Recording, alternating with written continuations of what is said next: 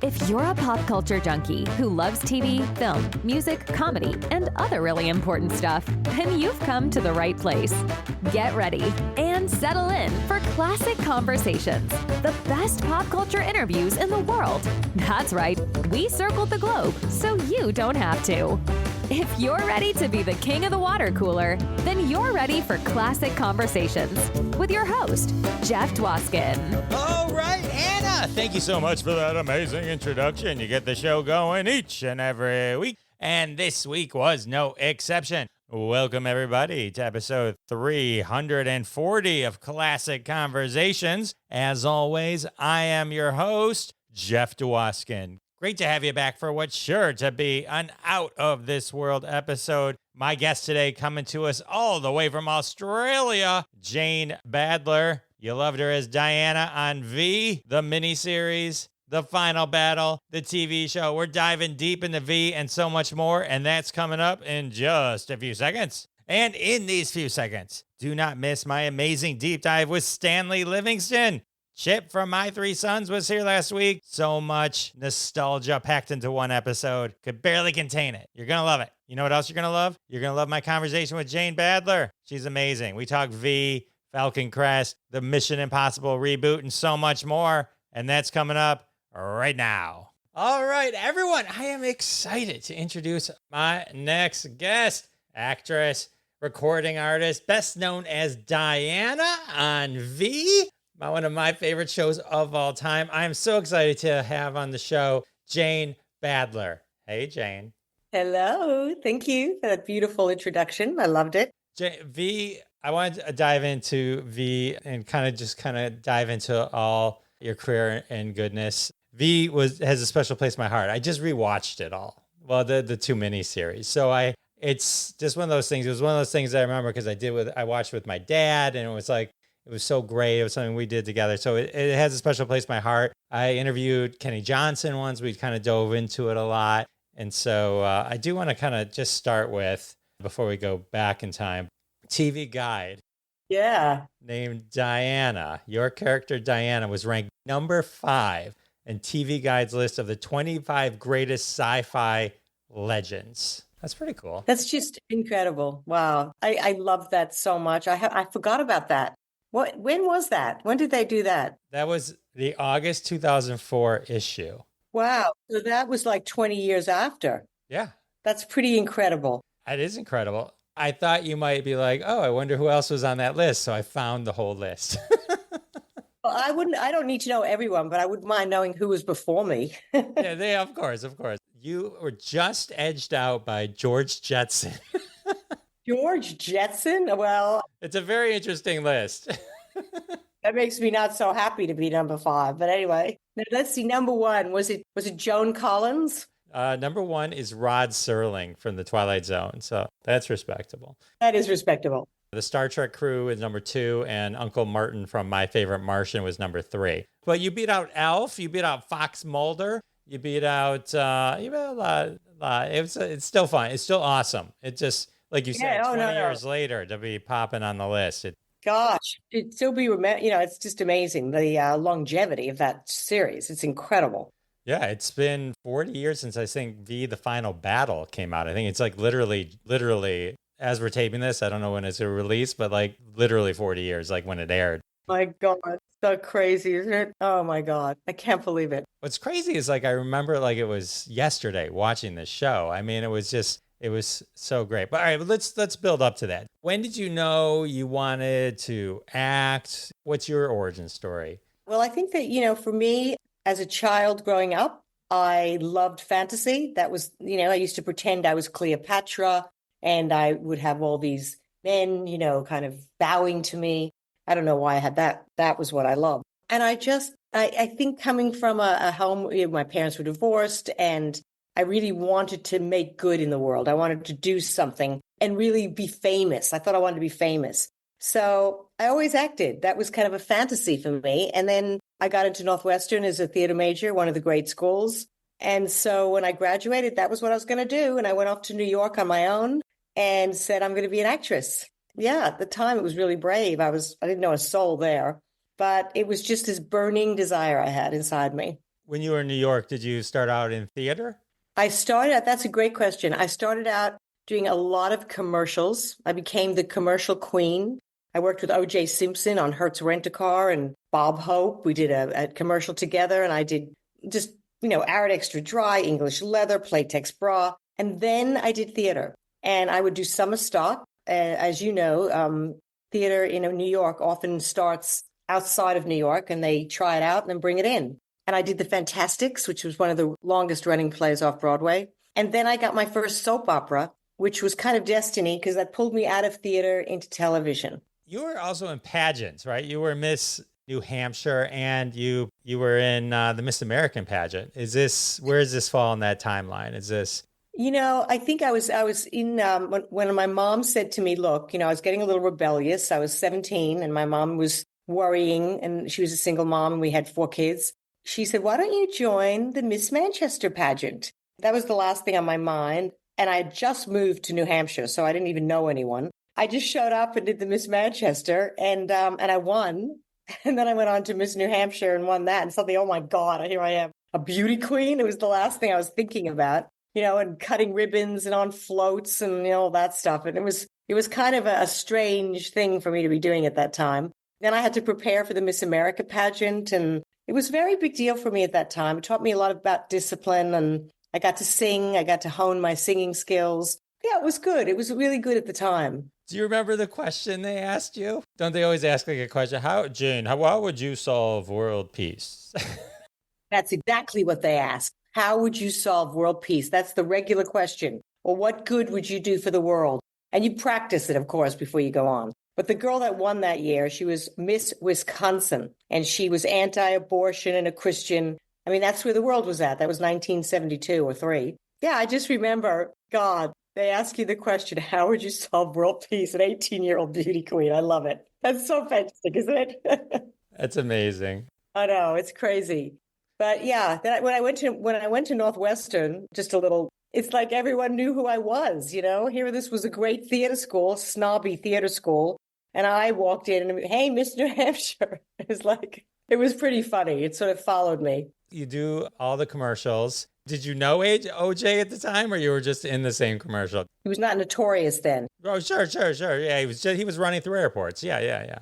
Yeah, he was running through airports, exactly. And super charismatic and handsome.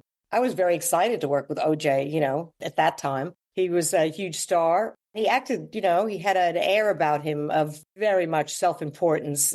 I didn't really chat to him that much. I just kind of did my little thing with him. I was the girl behind the counter.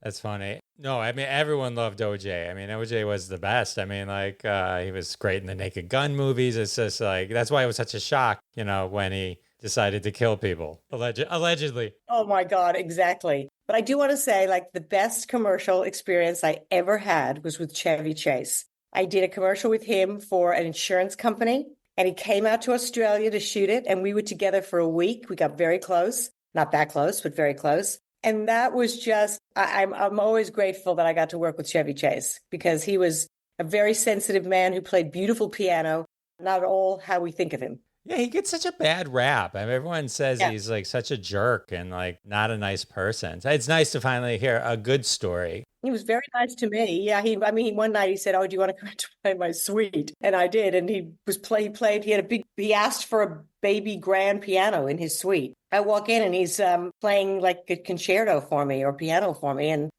so I think that's kind of pretty sweet, That's pretty sweet. In his heyday, when he was his movie heyday, like Fletch and Foul Play and all those movies, I just loved Chevy Chase.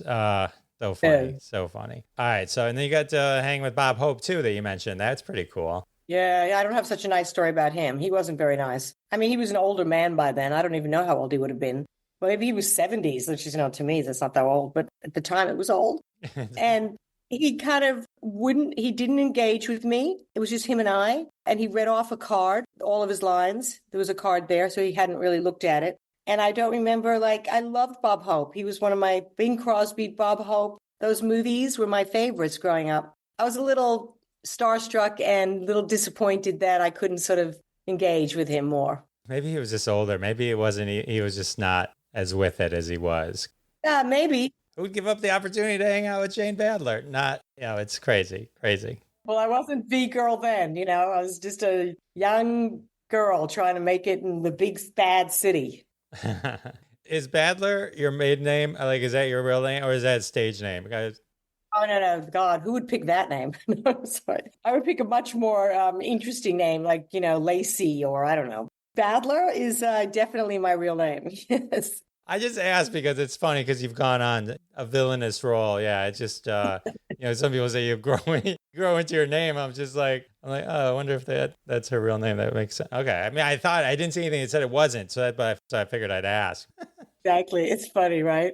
Okay. So soap operas, you're doing One Life to Live. Do you enjoy soap operas more than, that's a grind, isn't it? Like you're always the day-to-day of a soap opera.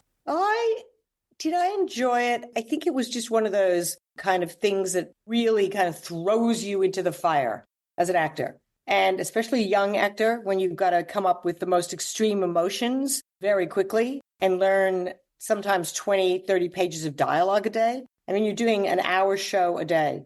It's just a way of really learning your chops, getting your acting chops together. I was only like 22. And I remember Judith Light. I don't know if you know who she, of course, Who's the Boss, Transparency, one of the great actresses. She was on the show. She won all the Emmys. And I was in awe of her. She could cry. I've never seen anyone cry like her. Like literally, not just like a little few tears, but like the dripping tears that with the snot and the dripping. And just could do it like on cue, like off, on. And I just thought, damn, I wish that's a skill that I have always struggled with. I remember how extraordinary she was. Do you ever ask her how she does it? Is there something just so painful in her head that you can call upon to like be able to get to that emotional state? Do you know what I realized as I've gotten older? That you just have different skills. Do you know how like some people can just do a backbend and other people can just run? It's just like, it's not even like anything she even had to work at. She just had that skill set, which in the acting world is really a great one to have. And, I did try to get in touch with her years later. I saw her do a one-woman show off Broadway that blew my mind. And so I sent her a little DM, but she probably didn't remember me because I never got a response. Or maybe someone does her social media. I don't know. Right. You never know. You took a trip to Fantasy Island, one of my favorite shows. I was surprised you've never been on the Love Boat. Yeah, I am surprised. I think because I probably got V before that. Yeah, I think Fantasy Island was probably one of my first jobs, even before V. And yeah, I was a sex slave, and I was in the dungeon with 5 other beautiful women. One of them was Miss Dorothy Stratten, who was Playmate of the Year, who sadly she fell in love with Peter Bogdanovich, and her husband ended up murdering her like literally 2 months after that. And I became very close to her on the set because she was, you can imagine, Miss Playmate of the Year in a bathing suit and the way the crew behaved, definitely before the Me Too movement. So a lot of cat whistles, and she was very vulnerable and young. And I just took to her. She was beautiful, very beautiful. Yeah, that's a tragic story. Was it Star 80? I think is that the movie? Yeah. I do have trivia. Yay. You do. You're like nailing it. You're great. Oh, wow. And then before V, you also were in The Doctors, another soap opera. Was Alec Baldwin in that during the same time as you? Alec Baldwin and I acted together for about a year. He was very young and very charismatic, very handsome, and I had a mad crush on him. Alec, wherever you are. I know you have 7 children now, but I did have a mad crush on him. So he didn't sadly have a mad crush on me back. But we had fun. We worked together, yeah. The Baldwins are all a very handsome crew. They are. They really were. But I think he was the most handsome. That's just my feeling, Yeah, he was really something. I mean, we had fun. And he remembers me because guess what? Here's a bit of trivia. Not trivia, but I don't know what happened. I sent him a message, never expecting to hear from him with his millions of fans. And he sent me a message back and said, Janie, is that you? So I was like, that was fantastic that he remembered me. I thought that was just great. Oh, that's awesome. Well, it's hard to forget someone if you work together that close for a year. I know, but he's had such a stellar, he's just gone broom. Because I imagine the people that versus like a V or like like when you're working with someone like an Alec Baldwin for a year, that's like every day for a year. V might Yeah. have 2 months shooting schedule and like, Yes. right, or something like that. So it's like the intensity in the time that you were with Alec is good thing you remember. Yeah. Yeah, he should remember. We were a little bit of a side story. You know, he was like, he was Billy on the soap opera, and he was very bad, and I was very bad. We did terrible things together. So that was kind of the bad side story, you know. And then I had a loving husband who thought I was great. In real life, he had a crush on me too. It was all, you know, been happening behind the scenes too. So you're always being cast as the evil. You have that devious look.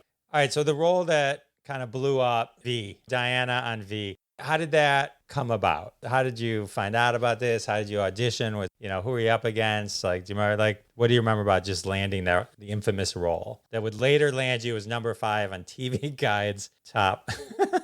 Changed my life, that number 5 on TV Guide. Well, they had already started shooting. I think they were a few weeks into shooting, and they still hadn't found the part. I think they'd seen hundreds of girls. And I was flown out to LA to audition. I was at the time doing The Doctors. And I remember they put me up. They always used to put you up in these beautiful hotels and fly you out first class. It was all very nice. And then I went, I think it was early evening, and my audition was in a hotel room. And Kenny was there, and the casting director, and all sorts of people. Went back to my room, and then I got a little note, don't leave town. Yay, don't leave town. So the next morning I was in prosthetics, and they were building that big head that you see, the one where I eat the rat, the guinea pig. That was what they were building. The first thing I did, they had to make that head. And then I think I started working pretty soon after that on the show. And once again, that was it was a real error because tragedy had happened on that show as well, where the lead actress. Right, Dominique Dunn. Yeah. So that had happened, I think, a few weeks earlier. And so that was just, you know, to walk into that. And everybody had already been, you know, they'd gotten quite close. So yeah, I felt it was hard, and I felt shy. And Kenny took me under his wing and just kind of had a real vision for the role. It's interesting, Kenny's whole vision for V, which makes it even more tragic when you're like, well, I shouldn't say tragic. We just mentioned a real tragedy, but like where he wasn't invited back for V, the final battle. And was everyone aware of this going on, that Kenny Johnson was kind of pushed out and they were just kind of rushed the second miniseries? Do you know, at the time, you know, I don't know why I was unaware. I was not in on the, you know, on all the politics of it. But now looking back, it's just appalling what happened. I mean, it was really about money. That's really what it was about, which it always comes down to. It seems to a lot. But Kenny had a very strong vision, and I think they were worried that he couldn't stay in budget. So they sadly, and I don't know if I can use the word bastardized it, but it was never the underlying vision that he had was, even now, is a vision that we all can look at and go, wow, that's a visionary. The way it was the past and it was the future. The new one did not have that. It was fun, but it was more about action and telling, you know, having a good, rollicking, fun story. But it lost all of that deep meaning, which was just such a shame at the time. Right. Because, I mean, Kenny Johnson comes in. For people who don't know the name just off the top of their head, Kenny Johnson was the one that brought us the Incredible Hulk TV series, created the Lindsay Wagner's Bionic Woman. There's one more that I'm blanking on. In V. Yeah, in V. Yeah, that's the two that I know of, yeah. Yeah, and V would be the third one. And so V itself, the miniseries, and I just rewatched V, and then I hadn't watched Final Battle in a while, but I did rewatch it as well, back to back. And felt the same way that you just said. 14-year-old me loved V, the Final Battle. It was the greatest thing ever. Ever. But now, flash forward, in watching V, because V is basically a retelling. It's about a retelling of like the Nazi Germany takeover, and it's extremely deep, and it's like even relevant today. You know, turning people against science, turning people against the news, and it was what great science fiction is, where it's using society and telling a story, but under the guise of, it's lizards, so I can. Yeah, it's psychological. It's actually, as people say, a wolf in sheep's clothing. So it's sort of like seeing people, they're beautiful, they say all the right things, they feed into the poltergeist at the moment, but actually they're not there to do good for you. Right. And rewatching it was still, there were moments where I was just like, because being Jewish myself and like all this, and it's like, it always meant a lot to me, and it still holds up. I mean, Yeah, some of the effects are the ships going, whatever. But that was in the 80s. So the storytelling, though, is so great. It's so great. Yeah. Oh, great. I feel bad that they couldn't bring it back the way it was meant to come back, which we can talk about in the new one. But it's really so hard to watch when there's these opportunities to do greatness. And people fall into the commercial idea of kind of the money, or they don't want to put it in. They don't want to have this person doing it because they're too expensive. But looking back, it really can ruin something. We all want to make greatness. That's what we're here to do as artists. Yeah, V was just so great. And it was like, well, let's talk, since you brought it up, let's talk about it. So the iconic moment. Oh, yeah. Which the big reveal when you realize, oh, wait, these aliens that are like pretending are secretly taking over the earth, but, and it's like, hey, we can cure your cancer next week. We'll cure it next week. We'll promise. It's always in the future. They always were pushing it off. And then when Mike Donovan, Mark Singer is in there, and you swallow was it guinea pig or hamster? Guinea pig, yeah. I mean, that's like one of the most iconic moments ever. Yeah, I know. It's like, oh my God, suddenly this beautiful young woman who you think is one way, you realize, oh my God, nothing you thought is the way it is. It was like crazy. Eating a blood, and they spent 3 days shooting that. That was huge because in those days we didn't have special effects and green screen. They had to do, I just couldn't understand why they were spending so much time on it. And of course I know now, I know why they did, It was just so great. So great. It really was. What a moment. And to be part of that moment, I didn't realize it at the time. No way. I realize it more and more, as time goes into the distance, how great that was, that moment, and how lucky I am. And still to this day, people know it, which is incredible, really. So Diana is the ambitious and one of the science leader. In rewatching it, I realized they kind of undertone it, like, oh, like you're sleeping with the leader, so that's why no one respects you. Everyone's trying to undermine Diana, but you won't have it. You're like, I'm not having it, and like, I know, it's so funny. It's like I'm always shooting everybody and getting rid of people, and it's like funny. And especially the TV series that went into high camp. Oh my God! When I look at that, I can't believe the things that I got married to Charles, Diana and Charles, and we were in lizard suits. I mean, really. Who made that decision? Do you know? It's like, it lost the thread along the way, but like, but your hair was great. Was it great? Oh my God. So big. So big. Big hair, had that little curvy figure. I thought, yeah, okay, I get it. Oh God, it's funny. Oh man. So Kenny Johnson was also the director. So being on set, I mean, you guys were all aware that this was kind of a retelling when you're doing it, right? I mean, and the overall vision. No, I think certainly like Faye and Mark, they had worked with, for some reason, they seemed to know Kenny better than I did. I was kind of thrust into it without doing I didn't know what his vision was. I just kind of went on the set and he told me, like kind of like Alfred Hitchcock kind of told me, look this way, now turn this way. Like he basically took me and formed me into the role. And so I wasn't really aware until later of what it all meant. Because through V, then V the Vital Battle, and then the TV series, like your role just escalated. Like Diana became the main person. And like, so I found this statistic. So this is the mid 80s, early 80s, 84, 83, 80, and then V the Final Battle, 84. I think this is from a Vanity Fair article I found. It said that 33 million people watched V. 33 million people. That's 40% of everybody who had a TV. Is that in America? That's America. Yeah, America. Yeah. Unbelievable. But this was even more interesting. Well, they layered on for context. Yellowstone, which is today one of the more popular shows, only averages 13 million. So It's like, it was just so tremendously huge. So to have that one role where you popped, and this is sweeps month and everyone's watching it, it's like, oh my God, it's crazy. I mean, but then to think like there's no social media. There was none of that in those days. And, if I'd been a bit more savvy, in those days, I was in my late 20s. I mean, you sort of that's your age. You're not like the way they are now. People in their late 20s that are actors are very savvy about how to propel their career to the next stage. And at that time, I just didn't know how to do it. And I didn't have I was not with a big agency. ICM wanted to sign me.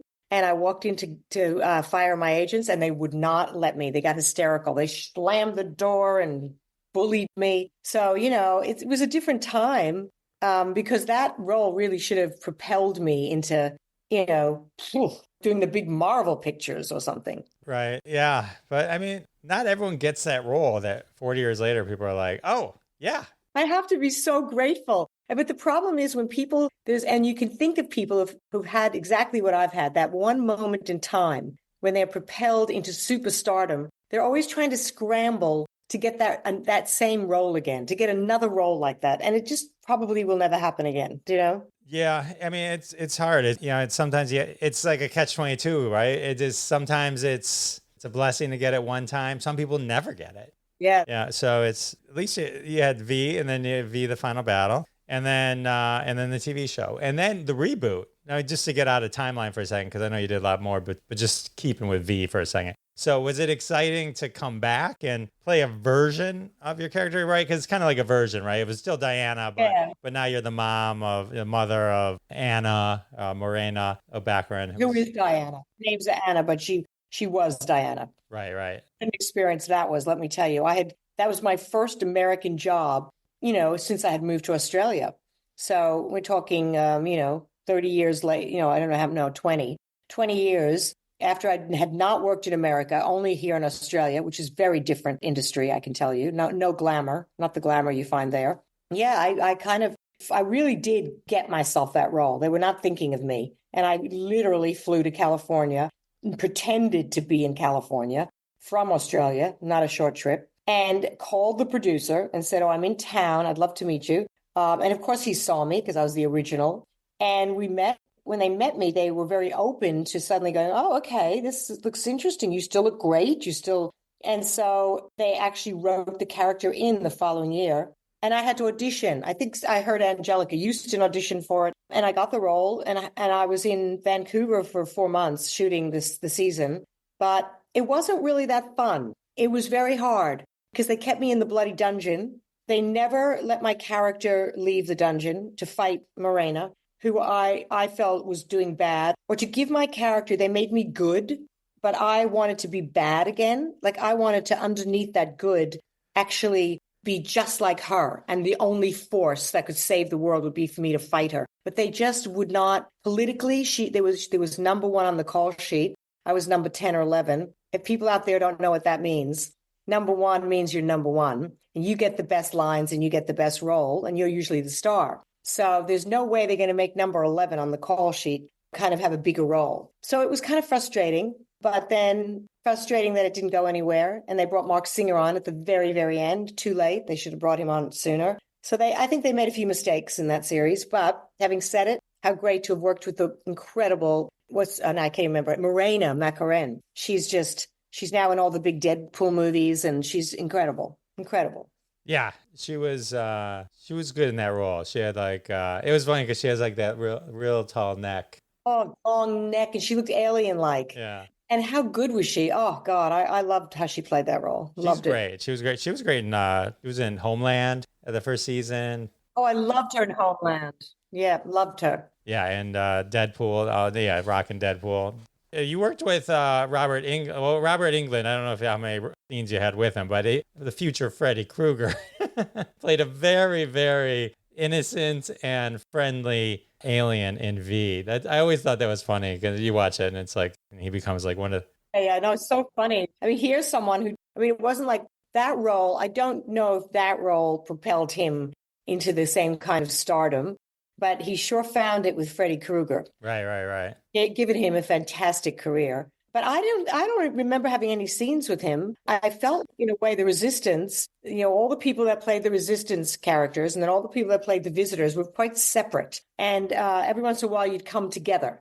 But we didn't really hang out that much. Right, because you're a lot of it on the ship or in very specific scenes. And you were a lot with the amazing Richard Hurd, John. Yes, very close. I got very close to all of them. And Lydia, the girl who played Lydia, and then eventually Sarah Douglas and I became very close. She was in the second miniseries. So, yeah.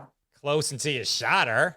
I know. You shot everyone. You shot John Hurd. You You didn't I shoot know. Andrew Prine. He didn't. He ended up getting. I think Ham Tyler took him out. Ironside took him out.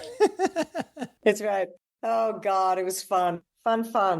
All right. So after V, you had some stints in like a bunch of different shows. I mean, you were on Falcon Crest for a while. Yeah, I did that for a year. Yeah, but 22 episodes. I mean, so that's like more than just a in and out type thing. Like Yeah. Riptide one episode, or Jake and the Fat Man, or Murder She Wrote. You got a Murder She Wrote. I mean, come on. Got a Murder She Wrote. I worked with that amazing Angela Lansbury. Oh my God. How great is that? Oof. That is. That's better than the Love Boat. That's much better than I love it. But I couldn't believe when I got that one. I was very excited to work with her. Sorry to interrupt. I have to take a quick break. I do want to thank everyone for their support of the sponsors. When you support the sponsors, you're supporting us here at Classic Conversations, and that's how we keep the lights on. And now back to my fabulous conversation with Jane Badler. Is it fun just to kind of come in, do a show, and then leave? I mean, I know from an actor point of view, you're like, I'd rather be a recurring character or probably have more. But is it fun just to go into one of these iconic shows, even just for a little bit, and just be a part of it? Yeah, it's super fun. I mean, I think it has its challenges. I mean, it's very exciting because you kind of don't know anyone and you don't know what to expect. And, you have to be super prepared. And you kind of feeling everyone out, and there's kind of this adventure to it. Then on the other hand, it's also hard because everybody's worked together for a long time, and you're kind of having to be very intuitive and slot in to the way everybody works. So there's a lot to think about when you come into a show, and you hope everyone's friendly. Sometimes they're not. Sometimes they don't treat guest stars very well, and other times they do. So you kind of have to go with that and navigate it. How was Falcon Crest? Jane Wyman, classic. Yeah. Falcon Crest was probably one of the hardest gigs I ever had. It was incredibly cliquey, and I felt like a lot of the actors were not happy about a new character coming in and and their storyline becoming, because they were all fighting for their storylines. That's what happens in soap operas. You go, get your script and you go, how many pages am I in? And you kind of look at that. And, it's very depressing when suddenly the writers decide that you're not the main story and you only have like 5 pages. So I think there was this kind of, I could feel this kind of competition between people on the set. And that's never a good environment. So I came in as the nanny to one of the main characters' baby. And at first they had me kind of, trying to seduce him and wearing these kind of strange little outfits with my, breasts showing, not showing, but, in those days, you didn't show a lot. I don't know. It wasn't really... I don't think it really went anywhere, that role. But it was, I think I ended up becoming bad again. Oh my God. Another bad character, another evil character. I think I kidnapped the baby or something. But look, it was an iconic show. So once again, I was so excited to get that role and be on another iconic Falcon Crest. It was just great. Yeah, I think it was one of those shows. I caught Falcon Crest every now and then when I was, I don't know why. Maybe my parents watched it or something, because I would have been like, I don't know, 16, 17. So it was like, probably was always out or whatever. But like, TV wasn't my focus at the time. But I remember because I remember Lorenzo Lamas. I remember. He was great. The other girl, I mean, actually, I watched it too. And I thought it was quite good. It was quite riveting. Every week I wanted to watch it again because the actors were fantastic. Susan Sullivan, that wonderful actress. She had long hair. What was her name? I can't remember. Elise, or she was fantastic. So yeah, I mean, it was fun. And I think what that famous actress who died tragically in a car crash, who was a sex symbol, her daughter was in it. Jane Mansfield. Jane Mansfield's daughter was in it. So anyway, it had a great cast. I think the thing that I remember the most, it was, Jane Wyman was married to Ronald Reagan. Oh my God, I didn't even know that. Was she? Oh, I think she was his first, I think so, yeah. Before Nancy? Yeah, I thought so. Not, I'll edit it out, but okay. Kim Novak was on the show, and I worked a lot with her. She was just a very lovely, down-to-earth woman who lived out in the country and had horses and loved riding. So, yeah, that was cool to meet her. She was amazing. It's awesome to be able, I'm sure, to be able to meet all these awesome people along the way. Yeah. All right. So you mentioned you're in Australia. And so what brought you originally to Australia was the reboot of Mission Impossible. Yeah, that was a big job. That was a hard job to get, very competitive to get that one. And to do the reboot of Mission Impossible, wow. I'm really proud of that one. And I worked with Peter Graves and the original, I can't remember his name. Phil Morris's father was in the original, and Phil took over in this one. And we shot in Australia, Destiny. Yeah. Right? Boy, did I have fun. I was single, separated from my first husband, and I had so much fun. We were a bit wild, all of us. We were just having fun on the Gold Coast of Australia, working hard, long hours. I got to play all different characters. It was just fantastic. Really, one of the jobs I've enjoyed the most. That's really cool. Yeah, I was reading about it a little bit, and I guess it was originally just supposed to be like this whole new crew, and they were going to do scripts from the original Mission Impossible because there was like a writer strike or something going on. There was something going on. Right. And then they got Peter Graves to be Jim Phelps again, and all of a sudden, okay, new idea. Oh, really? Yeah, interesting. I didn't even know that because, I wasn't originally cast in that role. Originally, they'd cast an Australian girl in it, and she was very beautiful, but they decided to recast her after about, 5 episodes. Unbeknownst to her, they were going to kill her off. I don't think she knew. And they ended up hiring me in America, and they flew me in and didn't tell her that was her last show. So I had to sort of creep around, and it was kind of really uncomfortable, the whole thing. And that happened to me on the V, the new V, the V Reimagined. They also killed me at the end. And everyone knew there was going to be a death, but nobody knew who was going to die. And everyone was whispering. And in the end, they killed me off. They killed me off in that very dramatic death scene. I don't know if you saw it, when my daughter's lizard tail hit me in the back. And as I'm dying, I say something like, daughter, you will regret this, or something like that. I can't remember, something ominous. And then I go, and the blood comes pouring out of my face. But I was just thinking they killed her off too in Mission Impossible. So you don't want to be killed off. That's just a horrible thing. Oh, man. Well, for V, jokes on them. They got canceled right after that. Oh, I was so happy it did. I thought, no, I didn't. I wasn't. That sounds so horrible.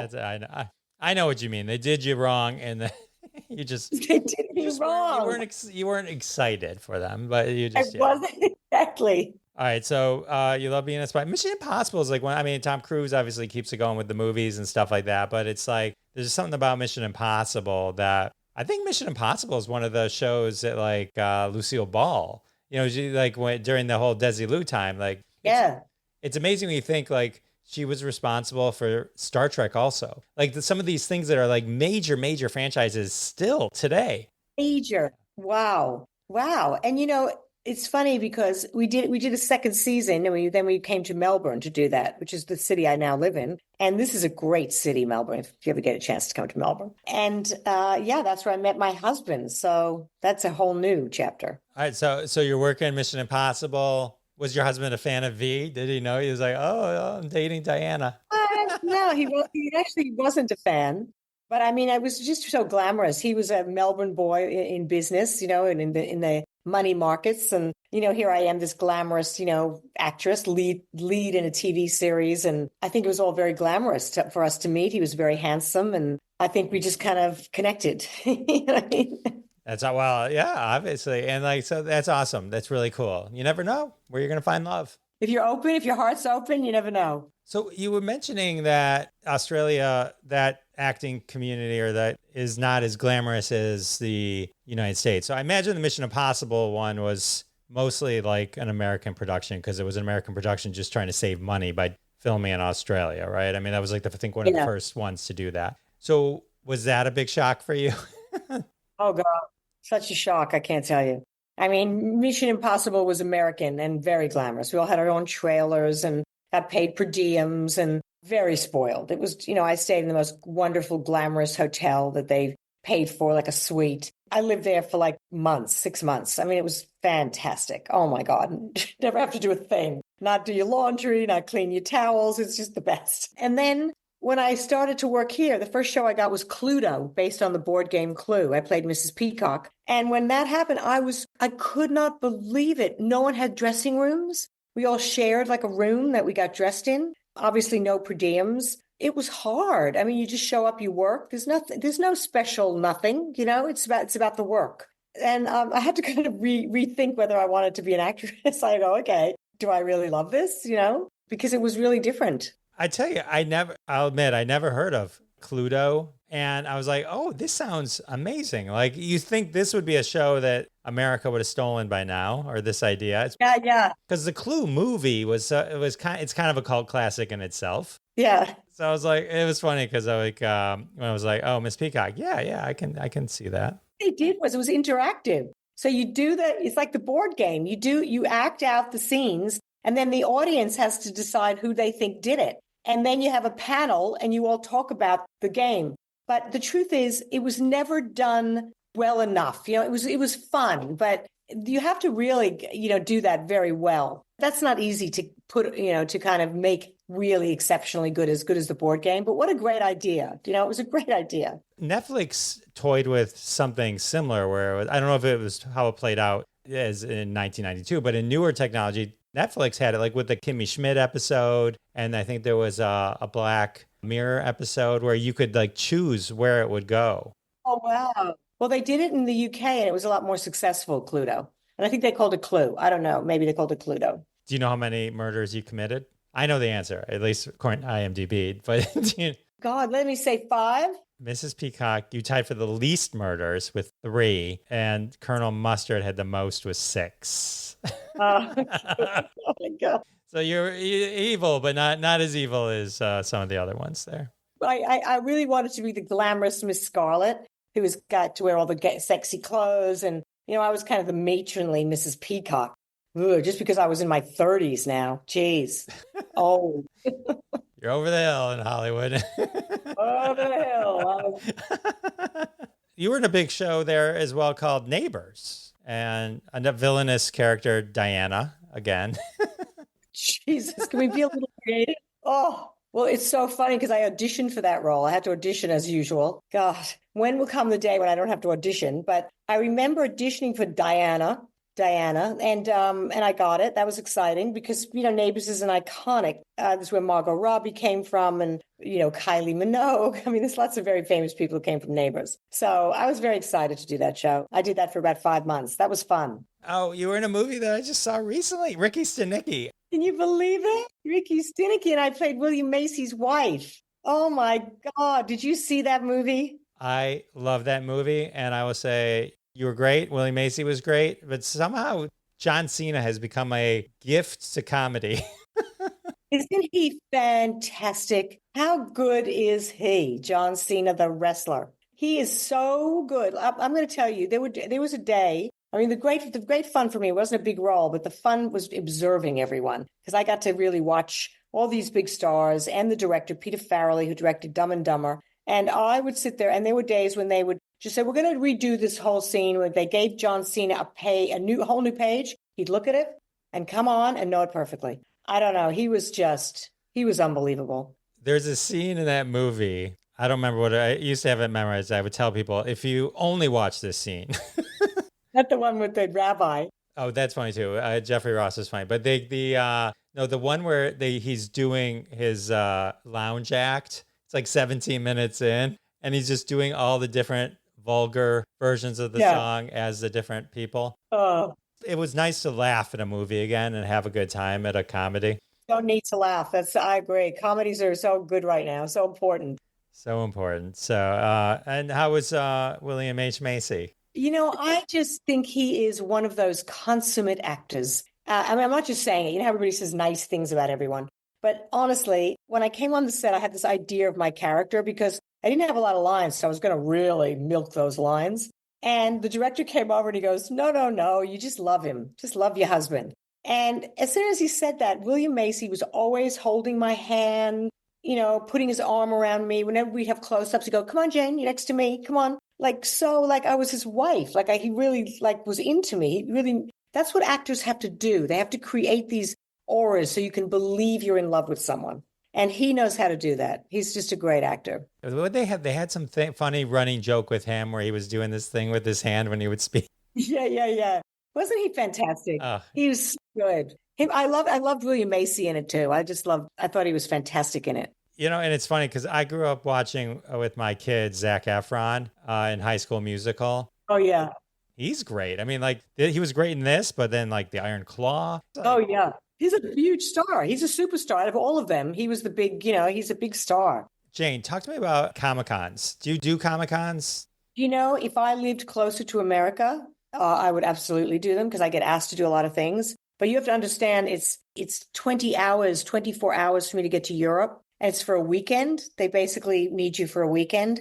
And I just find it very hard on my body. And, if they fly you business class, they'll only give you one ticket. So I'm kind of on my own, flying into a foreign country just for 2 days.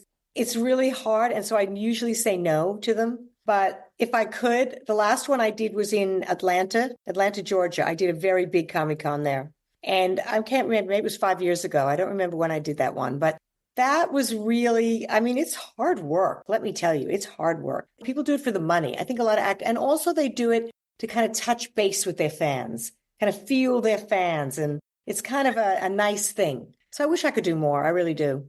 Yeah, I imagine you would be extremely popular, especially if they brought in a few of the folk.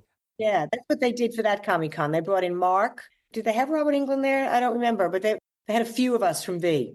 I don't know if you can see in my background, like that one right there. That's Mark Singer, but it's him as Beastmaster. It's him as Beastmaster. Yeah, because Tanya Roberts was there also. And so I got them both to sign the one because it. Yeah, she was amazing. Yeah. I mean, she didn't really have much of a career after that, but I remember Tanya Roberts and she was beautiful. And yeah, I remember. Yeah, I remember like when I was talking to Kenny Johnson, I was like, Kenny, I've met Mark Singer. I've met Lou Ferrigno at a Comic-Con. I met Lindsay Wagner. I've met I have a whole, and now Jane Badler. And so it was like, I had the whole greatest hits, the whole Kenny Johnson greatest hits. I wish it was closer. I really think they're fantastic to do. I love doing them. I imagine they're exhausting though, but I imagine there's so many people that still love V. And it's fun though. Cute, and people dressing like you and all sorts of crazy costumes, I mean, it's mad. It's wonderful. It is wonderful. You know what else is wonderful? Spending this time with you. Thank you so much. You're awesome. Oh, it's so much fun. So are you. Awesome. You did a fantastic job, really. Thank you. Is there a place that you keep in touch with your fans online? Are you on any of the socials regularly? I'm very, very I'm very active on my Instagram, which is Jane Badler World. And people DM me. I always DM them back, unless it's rude, which is never rude. And I've got a Facebook fan page and a normal Facebook. Twitter, I'm a bit more political, so that may not be the one for fans. I kind of speak my mind a lot more on Twitter. I did notice that. So it's all good. All right. So that's awesome. Jane, I can't thank you enough. It's so fun. Thank you. I really enjoyed it. All right. How amazing was Jane Badler? I love V so much. Did that show? Did it come through? I love V. She was so amazing as Diana. She's just amazing in general. Loved talking with Jane. I know you enjoyed it as well. Can't believe the interview just flew by. Another episode is now over. Can't believe it. Huge thanks again to Jane Badler. And another huge thank you to all of you for coming back week after week. It means the world to me. And I'll see you next time. Thanks so much for listening to this episode of Classic Conversations. If you like what you heard, don't be shy and give us a follow on your favorite podcast app. Also, why not go ahead and tell all your friends about the show? You strike us as the kind of person that people listen to. Thanks in advance for spreading the word, and we'll catch you next time on Classic Conversations.